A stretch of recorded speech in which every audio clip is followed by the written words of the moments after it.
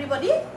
আজি মই তোমালোকক ক্লাস 10 ৰ trigonometry chapter টো পঢ়াম chapter 8 trigonometry পঢ়ুতে আমি বহুত কথা মনত ৰাখিব লাগিব বহুত খিনি এখিনি বস্তু মই তোমালোকক ইয়াত দিছো প্ৰথমতে তোমালোকে হেখিনি লিখি লব লাগিব হেখিনি তোমালোকে বাই হাৰ্ট কৰিব লাগিব তাৰ পিছতহে আমি অংক কৰিবলৈ যাম তো ভেৰি ফাৰ্ষ্টত মই তোমালোকক trigonometry যিটো লেসন পঢ়াম trigonometry তাৰ বিষয়ে অকমান কম এই trigonometry শব্দটো তিনটা তোমাৰ শব্দ আছে এটা হৈছে ট্ৰি ট্ৰাই যাক থ্ৰি the meaning হৈছে three gono means angle metry means measurement তাৰমানে থ্ৰি angle measurement এই trigonometry হৈছে থ্ৰি angle measurement তেতিয়া আমি trigonometry বুজিবলৈ মই তোমালোকক এটা ত্ৰিভুজ আঁকি দিছো এটা সমকোণী ত্ৰিভুজ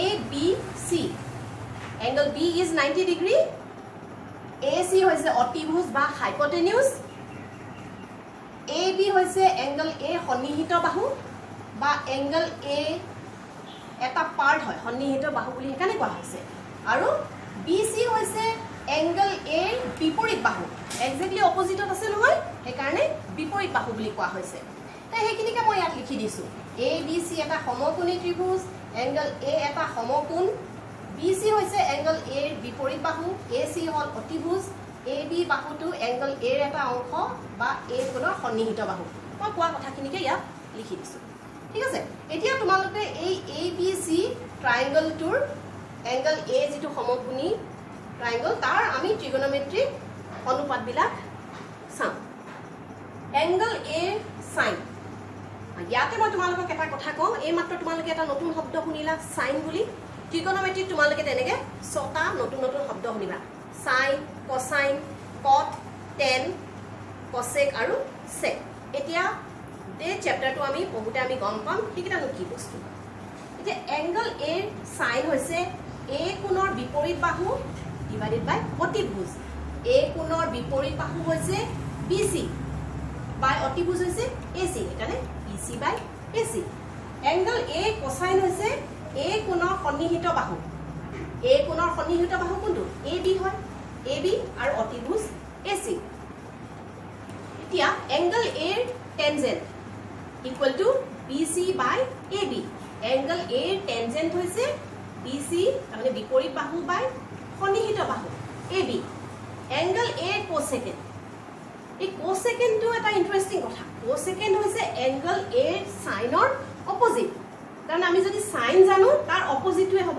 cosecant সেইকাৰণে AC by BC বুলি লিখি দিও angle A secant এই secant হৈছে তোমাৰ cosine ৰ অপোজিট সেইকাৰণে 1 by angle A cosine equal to AC by AB দেখিছেনে hypotenuse ওপৰত আছে angle A cotangent এই cotangent হৈছে তোমাৰ tan ৰ opposite 1 by angle A tan equal to AB by BC তাৰমানে আমি sin cos আৰু tan গম পালে আমি sec cosec আৰু cot ধুনিয়াকে উলিয়াব পাৰিম tan A equal to BC by AB আমি অলৰেডি পাইছো BC by AB equal to sin A by cos A এই sin A divided by cos A কৰিলো তোমাৰ tan A ওলাই যাব আৰু cot A equal to cos A by sin A কৰিলো cot A ধুনিয়াকে আমি পাম তে এই কি ৰেশিও কিনিকে মই একদম শৰ্টত যদি লিখো তেতিয়া হ'ব sin থিটা থিটা মানে এংগলটোৱে sin theta equal to perpendicular by hypotenuse cos theta equal to base by hypotenuse tan theta equal to perpendicular by base cosec theta equal to hypotenuse by perpendicular sec theta equal to hypotenuse by base cot theta equal to base by perpendicular এনেকে তোমালোকে লিখি লবা মুখস্থ কৰিবলৈ একেবাৰে সহজ হয় আমাৰ সৰুতে কি কৈছিলে trigonometry পঢ়াৰ আগতে গোটে ফৰ্মুলাবোৰ টেবুলতে কোৱা কাগজ এখিলাত লিখি লবলৈ কৈছিলে বা ওয়ালত কাগজত লিখিপলা আমি আঠা লগাবলৈ গৈছিলে মই তোমালোকক তেনেকে কৈছো তেনেকে যদি কৰা তোমালোকৰ ধুনিয়াকে মুখস্থ হৈ থাকিব আৰু তাৰ ওপৰত আৰু এটা বস্তু মই তোমালোকক কম মুখস্থ কৰিবলৈ একেবাৰে ইজি বস্তু হেতু হৈছে some people have curly brown hair turned permanently black এটা এটুনো কি বস্তু এইটো এটা নিমোনিক্স বুলি কোৱা হয় তাৰমানে ইয়াৰ প্ৰত্যেকটোৰে প্ৰথম আখৰ কিটা যদি তোমালোকে লোৱা প্ৰথম এলফাবেট কিটা তেতিয়ালে এই ৰিলেচন পাই যাবা এতিয়া চোৱা সামৰ S ললো S মানে sin theta, people P ললো, perpendicular, have or H, hypotenuse. Curly C, cos theta, brown or B, base, hair or H, hypotenuse. Turned, are T আমি ললো, tan theta, permanently P ললো, perpendicular, আৰু black or B ললো, base. দেখিলানে কিমান easy হয়? Exercise 8.1. এতিয়া আমি প্ৰথম অংকটো কৰিম। কোৱেশ্চনটো মই লিখি দিছো, ট্ৰায়াঙ্গল ABC B কোণ সমকোণ আৰু AB = 24 cm, BC = 7 cm। আমাক কি উলিয়াবলৈ দিছে? এক নম্বৰটো আমাক দিছে sin A আৰু cos A, দুই নম্বৰ আমাৰ দিছে sin C cos C। এই অংকটোৰ কাৰণে মই এটা সমকোণী ত্ৰিভুজ আঁকি লৈছো ABC, এংগল B 90 ডিগ্ৰী, যেটো আমাক দিয়া আছে সেইমতে মই লিখি লৈছো BC 7 cm, AB 24 cm। আৰু দুই নম্বৰ অংকটোৰ কাৰণে মই একেটা ডায়াগ্ৰামকে ইয়াত আঁকি লৈছো। এই ট্ৰিগনোমেট্ৰি অংকবোৰ কৰিবলৈ হ'লে আমাক লাগিব পাইথাগোৰাছৰ থিওৰেম। তোমালোকৰ মনত আছেনে চেপ্টাৰ 6 ত্ৰিভুজত পাইথাগোৰাছৰ উপপাদ্যটো পঢ়িছিলা? পাইথাগোৰাছৰ উপপাদ্যটো মতে এটা সমকোণী ত্ৰিভুজৰ অতিভুজৰ বৰ্গ আন দুটা বাহুৰ বৰ্গৰ যোগফলৰ সমান। তাৰমানে পাইথাগোৰাছৰ উপপাদ্যৰ মতে AC² = AB² + BC²। মনত পৰিছে চাগে এতিয়া? তো এতিয়া আমি এই ফৰ্মুলাটো মতে কৰোঁ। AC আমি নাজানো, AC আমি নাজানো, দিয়া নাই, = AB আমাক দিয়া আছে 24 হোল স্কুৱেৰ প্লাছ BC দিয়া আছে 7 হোল স্কুৱেৰ। বস এতিয়া আমি কৰোঁ 24 হোল স্কুৱেৰ কিমান হ'ব? 24 হোল স্কুৱেৰ যেতিয়া আমি কৰোঁ তেতিয়া আমি দেখা পাওঁ যে হেয়া হৈছে 576 আৰু 7 হোল স্কুৱেৰ আমি জানো 49 বুলি। দুইটা লগ লাগিলে কি হ'ব? 625 আৰু 625ৰ যেটো স্কুৱেৰ ৰুট হৈছে সেইটো হ'ব 25। তাৰমানে AC আমি পালো 25 সেন্টিমিটাৰ। তো ইয়াত তোমালোকে লিখি দিব পাৰা 25 সেন্টিমিটাৰ। তো এতিয়া আমাক প্ৰথমতে কি লাগে? প্ৰথমতে আমাক লাগে sin A। sin A কি হয়?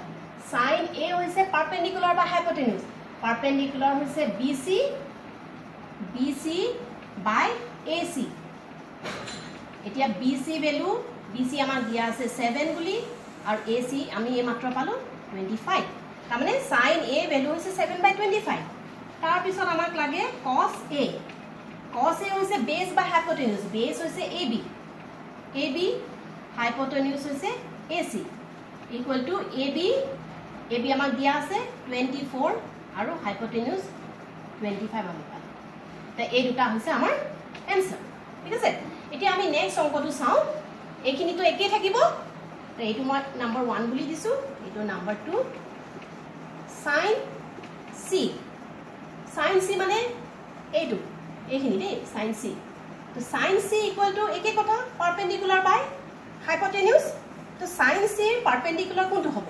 তাৰ বিপৰীতটো AB বাই AC। AB আমাক দিয়া আছে 24 আৰু AC আমি পালো 25। sin C ভ্যালু আমি পাই গলো। নেক্সট আহিলে cos C। cos C হৈছে বেস বাই হাইপোটেনিউজ, তাৰমানে BC বাই AC। BC হৈছে 7, AC হৈছে 25। এনসার আমি পাই গলো। ঠিক আছে, বুজি পাইছা চাগে তোমালোকে? তেতিয়া আমি নেক্সট অংকটো কৰোঁ। এতিয়া নেক্সট অংকটোত আমাক দিয়া আছে PQR এটা সমকোণী ত্ৰিভুজ আৰু এংগল Q 90 ডিগ্ৰী। আমাক দিয়া আছে PQ ভ্যালু 12 সেন্টিমিটাৰ, PR দিয়া আছে 13 সেন্টিমিটাৰ। আমি উলিয়াব লাগিব কি QR আৰু tan P - cot R ভ্যালুটো আমি উলিয়াব লাগিব। এতিয়া এই সমকোণী ত্ৰিভুজ PQR ৰ আকৌ পাইথাগোৰাছৰ উপপাদ্য মতে আমি উলিয়াব লাগিব। পাইথাগোৰাছৰ উপপাদ্য মতে কি হ'ব? অতিভুজ whole square PR whole square = PQ whole square plus QR whole square.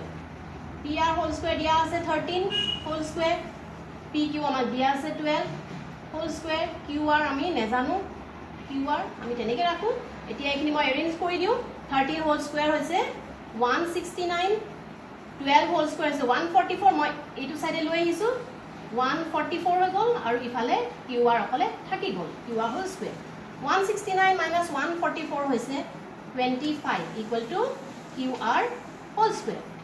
Therefore, আমি QR value to কিমান পালো 25 or square root হৈছে 5 cm. তাৰমানে QR 5 cm. ঠিক আছে এতিয়া আমি উলিয়াব লাগে 10p minus cot r 10p minus cot r 10 কি আছিলে perpendicular by base 10p আৰু cot r 10p perpendicular by base হৈছে q r by p q আৰু cot r or base by perpendicular হৈছে এটো মাইনাস আছে base by perpendicular হৈছে q r by p q দেখিলা দুইটাটো একই হল এটা ফিগাৰ মাইনাস একেটাই যদি ফিগাৰ হয় তেতিয়াহলে কি হ'ব দুইটা 0 হয় আৰু আমি ইয়াতে 0 নকৰি আমি ভ্যালু কিটা পুট কৰি লওঁ কিউ আৰ ভ্যালু আমি পালো 5 পি কিউ আমি পাইছিলো 12 minus 5 by 12 equal to 0 so this is the answer